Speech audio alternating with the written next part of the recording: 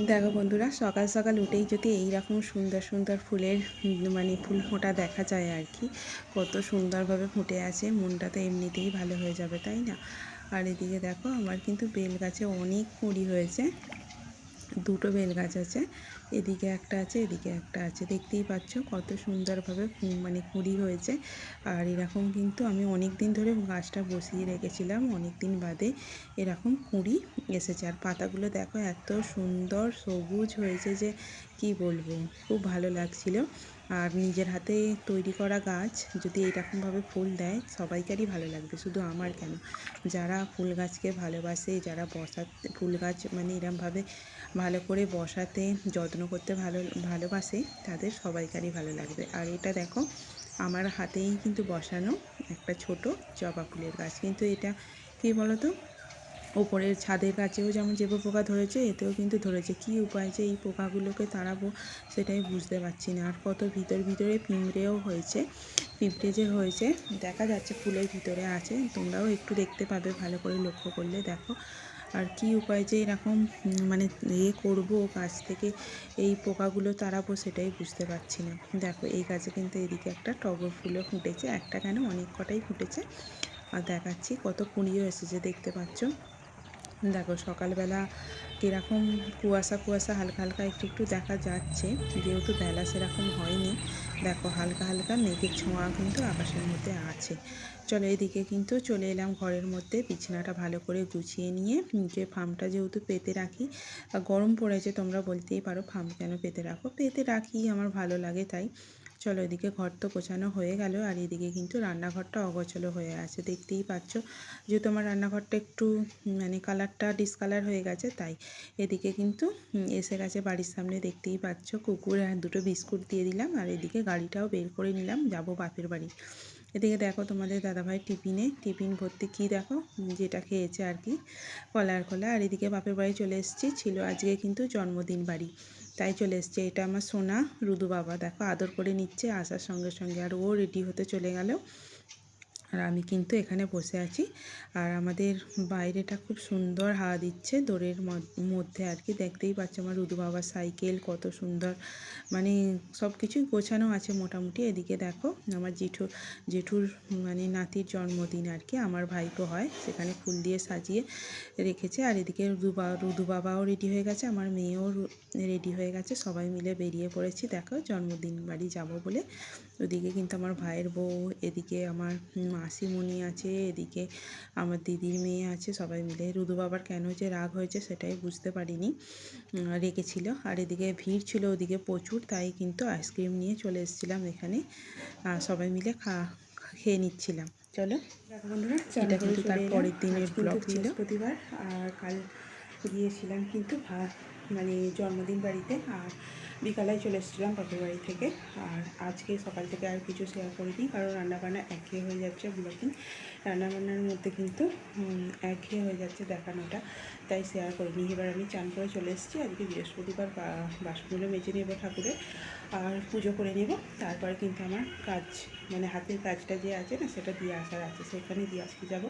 চলো, টুকটাক যেটুকু ভিডিও শেয়ার করতে পারবো তোমাদের সাথে শেয়ার করবো, চলো দেখতে থাকো। আর দেখো, এই নাইটিটা কিন্তু আমার দিদি দিয়েছে, দেখতেই পাচ্ছ কত সুন্দর লাগছে। আর চলো, দিয়েছিল পুজোর সময়, পরা হয়নি, এখন থেকে পরবো ভাবছি আর কি, হালকা হালকা আছে, ভালো লাগবে গরমে পড়তে। চলো দেখতে থাকো কন্টিনিউ ভিডিওটা, আশা করছি ভালো লাগবে। চলো দেখো বন্ধুরা, যেহেতু বৃহস্পতিবার ছিল, আমি কিন্তু পুজো করে নিচ্ছিলাম। আর তোমাদের দাদাভাই ফুল আনতে একদমই ভুলে গেছিলো, বলে তো দিয়েছিলাম। আর গাছের অল্প কটা যে কটা ফুল ছিল আর কি, সে কটা দিয়েই পুজো করে নিচ্ছিলাম। আর যেহেতু ভুলে গেছে, আর কিছু তো করার নেই। আর আমাদের এই সামনেটায় একটাও ফুলের দোকান ছিল না যে ফুল নিয়ে এসে ঠাকুরকে দেব, যেহেতু যেটুকু গাছের ফুল দিয়েই পুজো করে নিলাম। আর গাছের ফুল দিয়ে পুজো করার তো একটা আলাদাই, তাই না? যেহেতু হাতে নিজের হাতে আর কি বসানো গাছ, তার মধ্যে ফুল দিচ্ছে, আর সেই ফুল নিয়ে ঠাকুরকে পুজো করছি, কতটাই আনন্দের ব্যাপার, তাই না?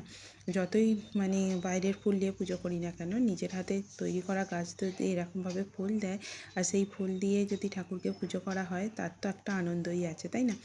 আর সেই জন্য টগর গাছ থেকে দুটো ফুল পেড়ে নিলাম। আর জবা গাছটা যেহেতু ওখানে মানে জেবু পোকা ধরেছিল, সেই জন্য ওই ওই মানে ওই ফুলটা আর আমি তুলিনি ঠাকুরকে দেওয়ার জন্য। তাই কিন্তু আমি টগর ফুল দিয়েই পুজো করে নিলাম ঠাকুরকে। দেখতেই পাচ্ছ আমার ছোট্ট লক্ষ্মী ঠাকুরকে যেরম পারি আর কি পুজো করি। আর দেখো কত সুন্দরভাবে প্রদীপ জ্বালিয়ে পুজো করেছি আর কি।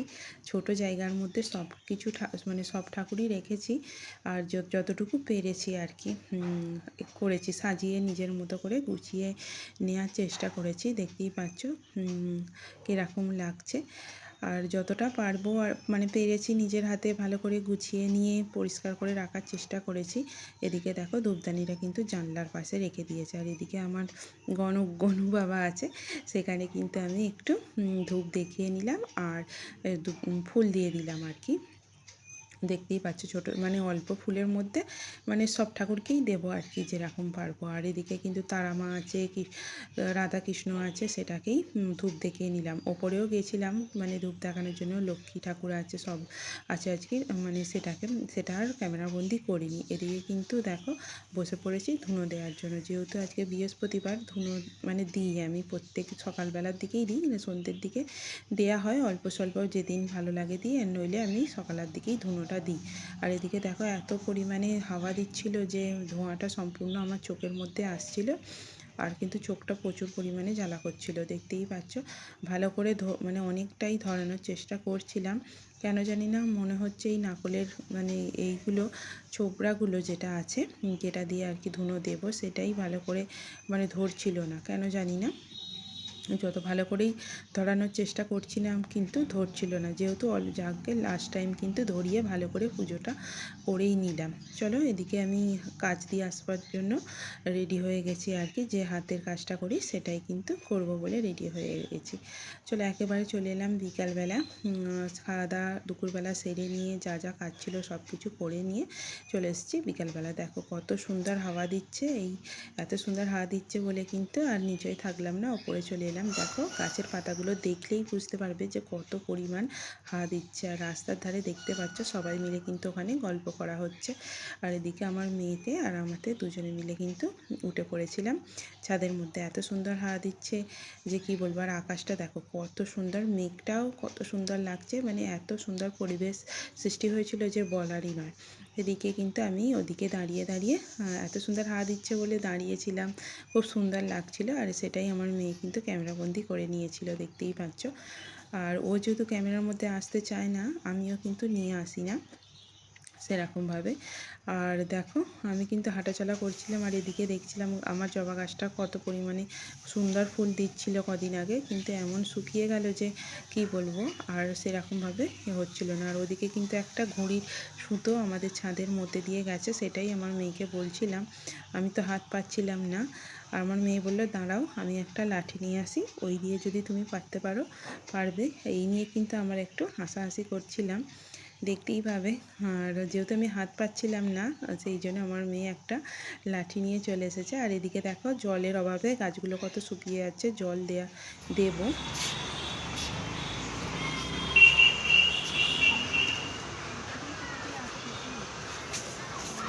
এদিকে দেখো আমি কিন্তু সুতোটা পেরে নিচ্ছিলাম, দেখতেই পাচ্ছ। কিন্তু এত পরিমাণে পচা সুতো ছিল যে কি বলবো, সারাই যে ঘুরে উড়িয়েছে সেটাই বুঝতে পারছি না। ওটা ওই গাছে আটকেছে, ওই দিক দিয়ে যাও। সেটা ওই আম গাছ থেকে কাঁঠাল গাছে টান পড়ে হয়তো আটকে গেছে, কিরম কি বুঝতে পারলাম না।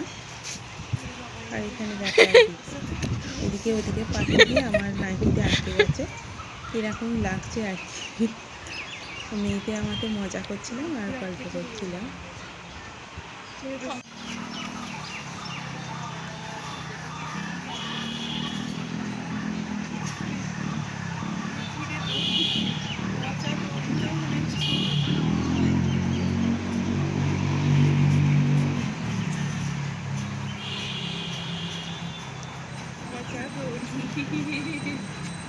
বাবা এটা কি হয়, দাঁড়া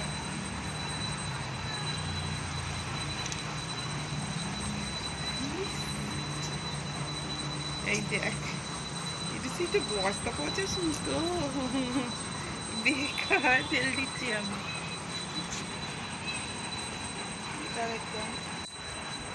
আর এদিকে দেখো মেয়ে আর আমি দুজনে মিলে কিন্তু এখানে ছাদেতে ঘুরি করছিলাম একটু। আর দেখতেই পেলে পচা সুতো, সেই জন্য ওখানে কিন্তু আমি ফেলে দিলাম। আর এদিকে দেখো সূর্যটা পুরো একদম ডুবডুব অবস্থাতে চলে এসেছে। চলো আজকের ভিডিওটা এইটুকুই। তোমাদের কেমন লাগলো একটু কমেন্টে জানিও। যদি ভালো লেগে থাকে তাহলে চ্যানেলটাকে সাবস্ক্রাইব করে আমার পাশে থেকো। চলো টাটা।